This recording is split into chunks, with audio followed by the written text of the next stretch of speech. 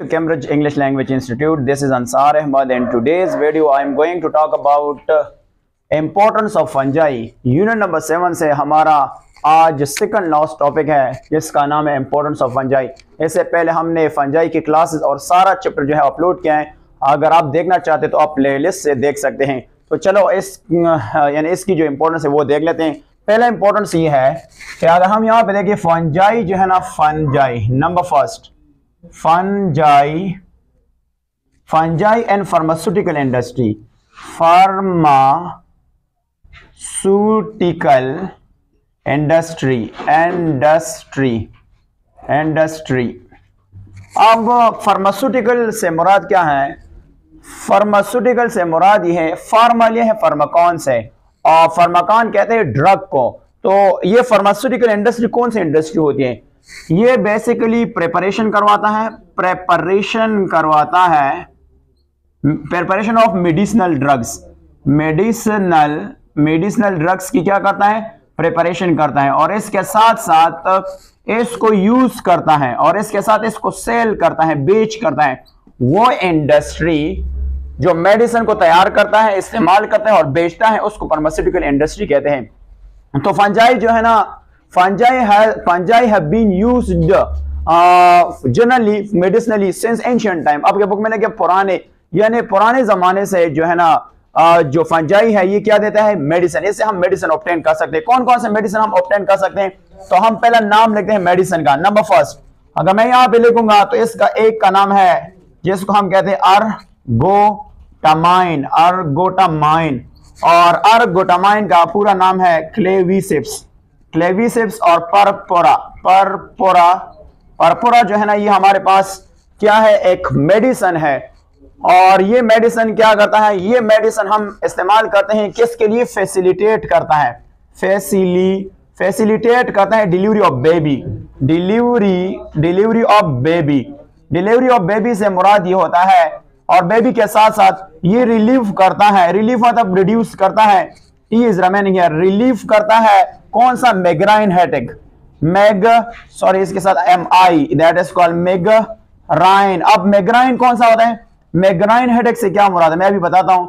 मैग्राइन headache सबसे पहला जो अर्गोटाइन यानी क्लेविसिप्स परपोरा है, ये फैसिलिटेट करता है डिलीवरी ऑफ बेबी। जब भी मां के पेट में बच्चा होता है और उसको जब निकालने का टाइम होती है तो उससे पहले ये मेडिसिन दिया जाता है कि वो बेबी जो है ना वो मां के पेट से आसानी से निकल जाता है। दूसरा ये है जो ये रिलीफ करता है, रिड्यूस करता है मैग्राइन हेडेक से मुराद कौन सा होता है? मैग्राइन हेडेक से मुराद होता है a bad pain on one side of the head, जो है ना उसको हम क्या कहते हैं? मैग्राइन हेडेक कहते हैं। अच्छा, ये तो एक मेडिसिन हो गया। अब दूसरा मेडिसिन की बात कर लेते हैं। सेकंड मेडिसिन जो है वो है पेंसिलिन। अब पेंसिलिन क्या चीज है? पेंसिलिन जो है ना, ये सबसे पहला एंटीबायोटिक है। और ये सबसे पहले कौन से साइंटिस्ट ने डिस्कवर किया है? एक साइंटिस्ट का नाम था, वो स्कॉटलैंड से ताल्लुक रखने वाले साइंटिस्ट है जिसको हम कहते हैं एलेक्जेंडर, जिसको हम क्या कहते हैं? जिसका पूरा नाम है एलेक्जेंडर और फ्लेमिंग। ये ईटा में पूछा जा सकता है, ये फ्लेमिंग है, इसको आपने कैपिटल लिखना है। और कब? ये सितंबर 28। अगर मैं यहां पे आपको पूरा बता दूं तो इसका जो है ना सितंबर 28 और 1928 में सबसे पहला मेडिसिन, सबसे पहला एंटीबायोटिक है। सबसे पहला क्या है? पेंसिलिन सबसे पहला एंटीबायोटिक है। अब ये पेंसिलिन कहां से हासिल किया? अब मैं थोड़ा सा इस साइंटिस्ट के बारे में बताता हूं। ये स्कॉटलैंड का था और उन्होंने आर्मी ज्वाइन की थी, और जब वर्ल्ड वॉर 1 था तो उस टाइम जो है ना बेसिकली क्या था, इसके जो फ्रेंड्स वगैरह थे ना वो बहुत ज्यादा जख्मी होते थे। तो ये ट्राई करता कि मैं एंटीसेप्टिक स्प्रे जो है बनाऊं। तो उस दौरान ये जो है ना वो बैक्टीरिया के साथ खेलता था। उसी दौरान का हुआ एक मोल्ड इसके सामने आया जिसका मोल्ड स्पीशीज था। उसके बाद उसने क्या नाम दिया? एंटीबायोटिक का नाम दिया। ये साइंटिस्ट खुद कहता है कि ये मैंने नहीं किया, ये नेचर ने किया, ये एक्सीडेंटल ड्रग जो है ना ये प्रोड्यूस हुआ है। अब इसकी हिस्ट्री देख सकते हैं। अच्छा, हम बात कर रहे थे कि ये कौन से फंगस से हासिल होता है। ये एक फंगस का नाम है जिसको हम कहते हैं पेंसिलियम से हासिल होता है, और इसका पूरा नाम है क्राइसोजीनियम। इसको कहते हैं क्राइसोजीनियम जो है ना, क्राइसोजीनियम जो है ना, ये एक पूरा फंगस का नाम है। इससे ये पेंसिलिन जो है वो हासिल होता है। अब अगर हम नेक्स्ट ड्रग की बात कर लेते हैं तो हमारे पास एक और ड्रग है थर्ड नंबर ड्रग की अगर बात करते हैं जिसका नाम है सेफेलोस्पोरिन, यानी सेफेलोस्पोरिन जिसको हम कहते हैं सेफेलोस्पोरिन, यानी स्पोरिन जो है ना ये हमारे पास क्या है, ये एक ड्रग है। अब ये ड्रग जो है ना ये इसको हम कह सकते हैं ये बेसिकली ब्रॉड स्पेक्ट्रम एंटीबायोटिक है। ब्रॉड स्पेक्ट्रम एंटीबायोटिक वो होते हैं ना जो ग्राम पॉजिटिव और नेगेटिव बैक्टीरिया के खिलाफ इस्तेमाल होते हैं। ये कहां से ऑब्टेन किया जाता है, ये ऑब्टेन किया जाता है जिसको हम कहते हैं सेफेलोस्पोरम, जिसको हम कहते हैं स्पोरम से जो है ना ये हासिल किया जाता है। इसको कहते हैं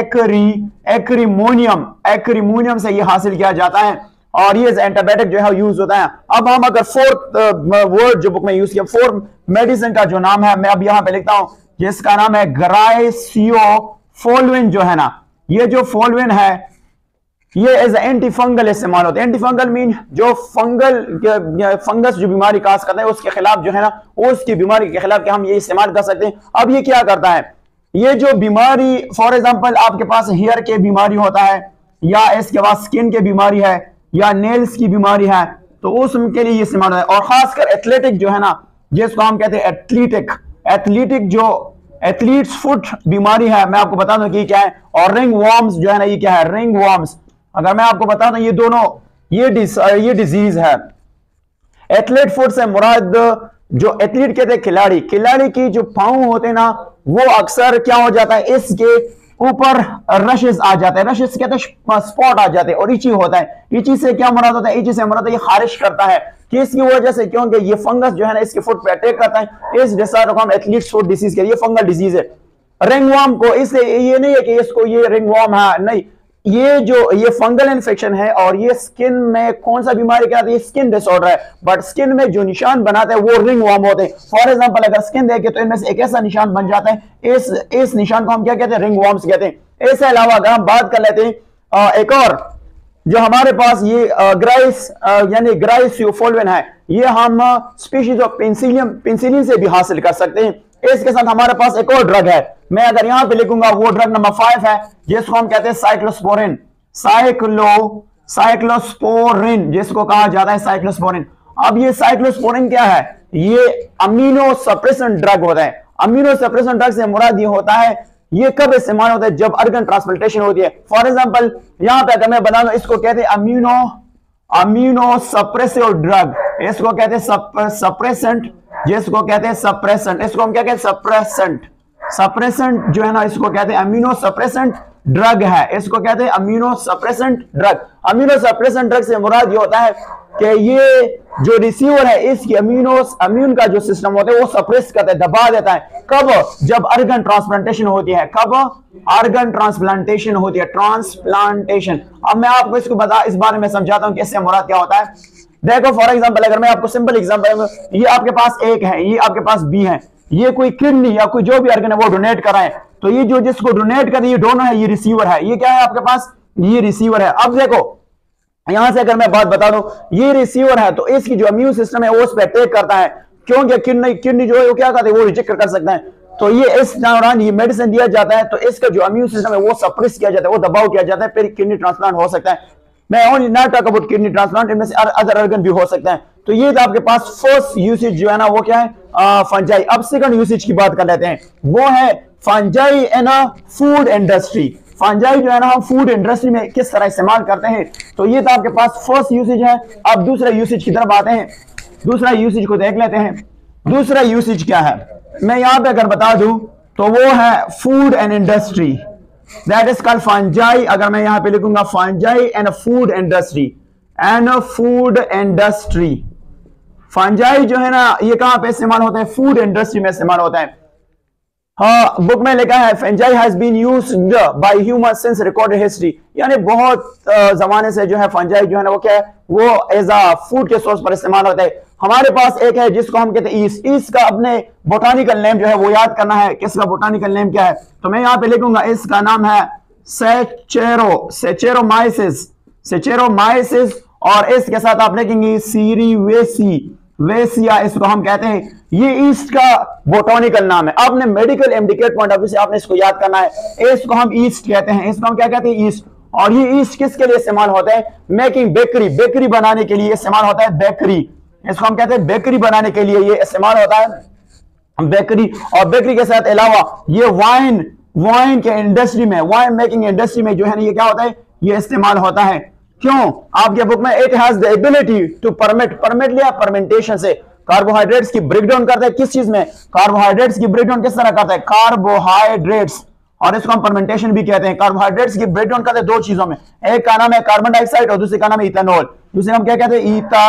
इथेनॉल जो है ना इसमें से कन्वर्ट करता है। दूसरा ये फंडामेंटल यानी बुनियादी प्रोडक्शन करता है कौन से प्रोडक्ट की? यानी हम कहते हैं that is called bakery products में। और बेकरी प्रोडक्ट्स में दो चीजें आता है आपके पास, एक आपके पास बियर आता है जिसको हम कहते हैं शराब, और दूसरा आपके पास क्या आता है? वाइन जो आता है। ये दोनों क्या है? बेकरी प्रोडक्ट्स जो है ना वो ये भी पैदा करता है। इसके साथ हम एक और यूसेज की बात कर लेते हैं, वो ये यूसेज नंबर 3 की बात कर लेते हैं।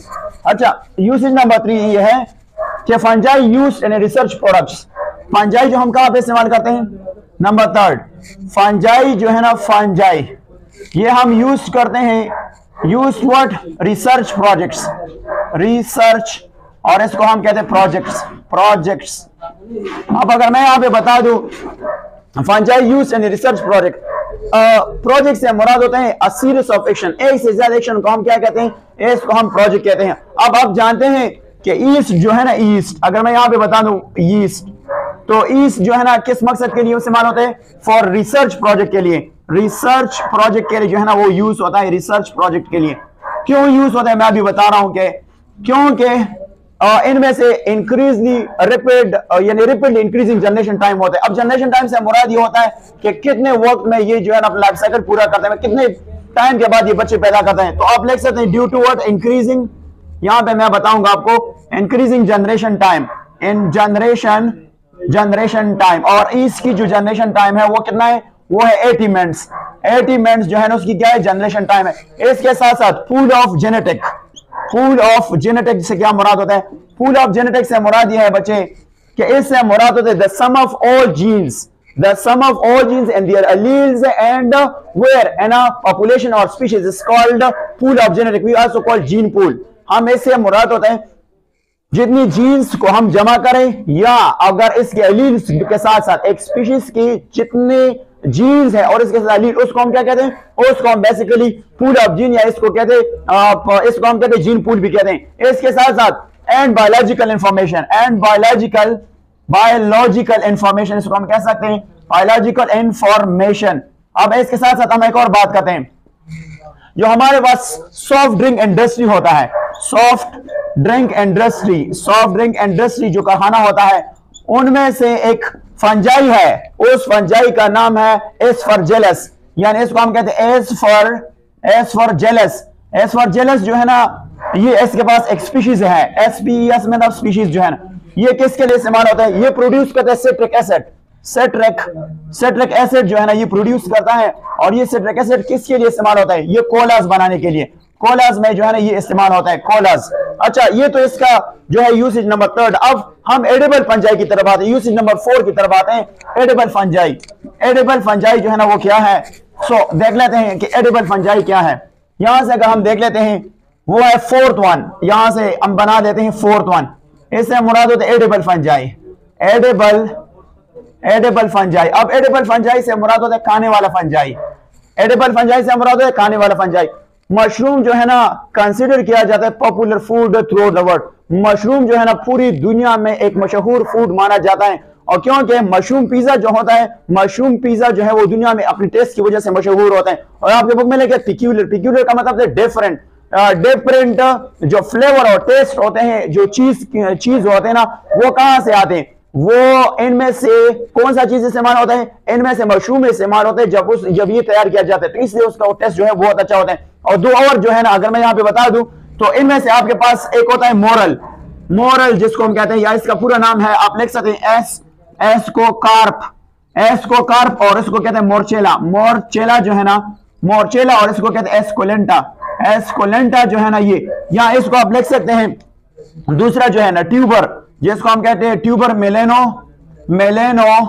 मेलेनोस्पोरम जो है ना, मेलेनोस्पोरम जो है ना, या इसको आप लिख सकते हैं ट्रॉफल कह सकते हैं। ट्रॉफल जो है ना ये इसका जो है ना हाईली प्राइस जो होता है, कॉम्प्लेक्स फ्लेवर होते हैं। कॉम्प्लेक्स फ्लेवर से मुराद इसका जायका जो आपके बुक में लिखा है प्राइस का मतलब अवार्ड, यानी इसका जो जायका होता है वो बहुत कॉम्प्लेक्स होते हैं। और इसके अलावा अगर आप देखें तो हमारे पास होता है एंटो, यानी इसको हम कहते हैं एक्टोमाइकोरिजा।